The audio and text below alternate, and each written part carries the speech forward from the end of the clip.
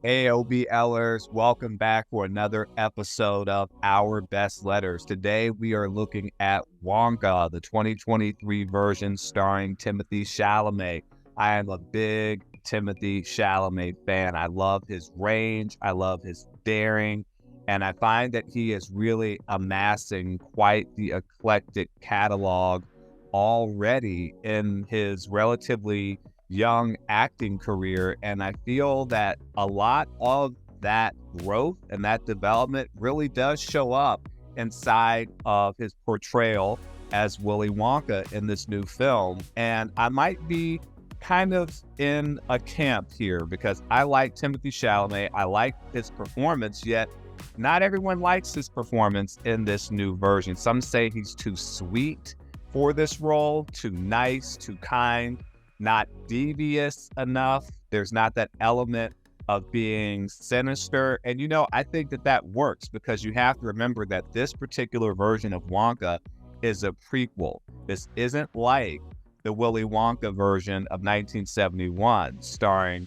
Gene Wilder. And it's not even like the portrayal of Johnny Depp that you saw from Johnny Depp in the 2005 version, I think that it was. This is something that's totally different. It's the prequel. So therefore, in Chalamet's portrayal, you see someone that is not as world weary. You see someone that isn't corrupted, if you will, by a lot of the circumstances that, quite frankly, are just out there in the world and can get all of us to be maybe a little bit jaded or just a little bit conflicted or more nuanced in the way. There is a purity that resonates in this particular version of Wonka, and I find that it works, and especially so because Chalamet's character is contrasted really well with Slugworth, as you see here, played by Patterson Joseph. I really found that that was useful, and also, too, you have Slugworth, and then there's Fickle Gruber, who is another antagonistic character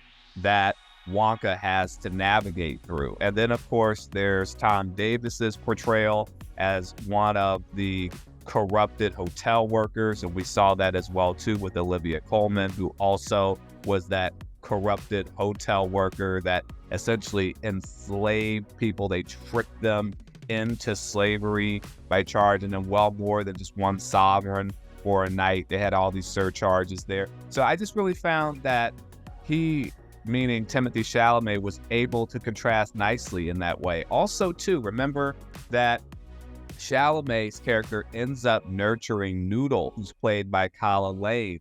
And I think that that makes it that much more believable. With a sinister streak or something that would have been untoward in connection with Chalamet, I don't think that that would have worked in terms of him not only wanting to nurture Noodle, but also to nurture himself, to nurture the child within. You have to remember that Chalamet also wanted to reconnect with his own mother.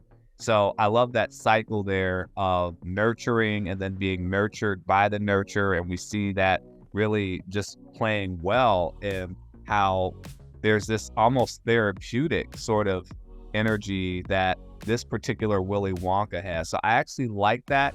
And so I see that in a lot of ways, this movie is a love letter to the prequel in all of us. So put in the comments, what's your prequel? What is it that you can circle back to and remember when you may felt a bit more pure, a bit more open or optimistic about what the world would have to offer you and what you would be able to offer back to the world? I think that that would be awesome because, here on this channel, we really focus on our life being made better through the letters, through the actions that we put out there into the world. And I see that showing up in this movie, and I really like it. And I've already seen it twice, and I wasn't even expecting to do that, but it just kind of worked out that way. And I actually liked it better the second time than I did the first time. Yes, there are some cheesy parts in the film, but it's a family-friendly film. So there is that. It's been a while since I've seen something that's so lighthearted, because I usually like a lot of horror movies. I like a lot of dramas and documentaries. So it was a nice departure from some of the more heavier sort of content that I usually am connected to. But I really enjoyed this here, and it was also fun to see Keegan-Michael Key playing I think, what would have been a lovable cop, but he was also a corruptible cop as well. And he allowed for his sweet tooth, for his indulgence to get the better of him. And I think a lot of us can also grapple with that. So even though the movie is cheesy in a lot of ways and it's really lighthearted, there's something too for those of us who do like to see a little bit more depth, and we can look at the chocolate as this sort of currency. It's the metaphor for whatever it is that we want. It can literally be, we have a sweet tooth like I do, and we want to enjoy that, but it also could be whatever is your whim, whatever it is that you want to indulge in. I don't know if it's Fortnite, I don't know if it's Lululemon, I don't know if it's traveling, whatever it is. There's a little bit of chocolate, there's a little bit of the sweet that can seduce us all in whatever kind of form or currency that it is. So it's a way for us to check ourselves in that way, I really feel like. But it's also just really clever. It's visually really attractive. I love the castle that it's in. I love that notion of the imagination. Also, of course, it's a musical as well too. It really works well with this particular kind of film. It's just right. And I felt that Chalamet's portrayal was really nicely measured. He has a good level of constraint.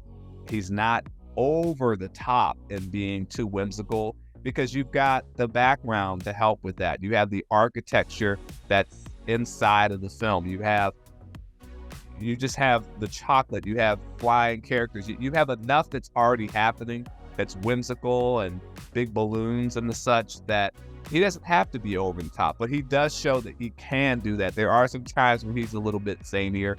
I really like Hugh Grant's portrayal as the Oompa Loompa as well. He's someone else too that others have pushed back on. They felt that Hugh Grant didn't necessarily fit the realm, fit the role, but I feel like that he did. And yet again, whatever Chalamet may have lacked in terms of any level of deviousness or really weird eccentricities or whatever it is, you got some of that showing up in the Oompa Loompa, clearly just based on the aesthetic alone, and him being very rigid and pedantic and by the book, and just determined to get his supply from Willy Wonka at all costs, no matter what that meant, even if that did involve some level of stealing back to make amends for what he saw was a ruining of his life, as was described in the movie.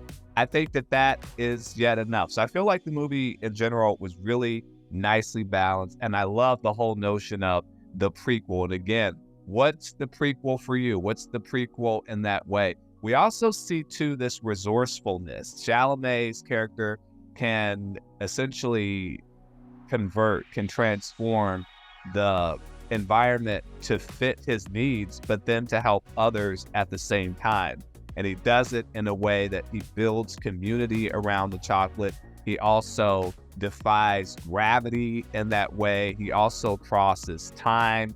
He has recollections of his mother, so he transports through time. He also, as I said, nurtures Noodle, and Noodle is representative of the future. She's a young child, and that helps him to also reconnect with the child that was within. So here's another question for you. I mean, what is it that allows for you to be the magician in your own life?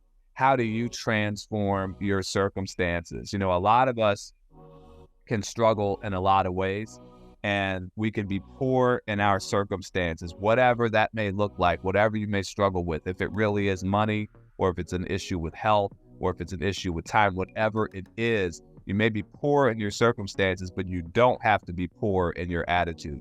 And we certainly saw that coming through with Willy Wonka in here. So what's that look like for you? How are you a magician for yourself? And how are you a magician for someone else?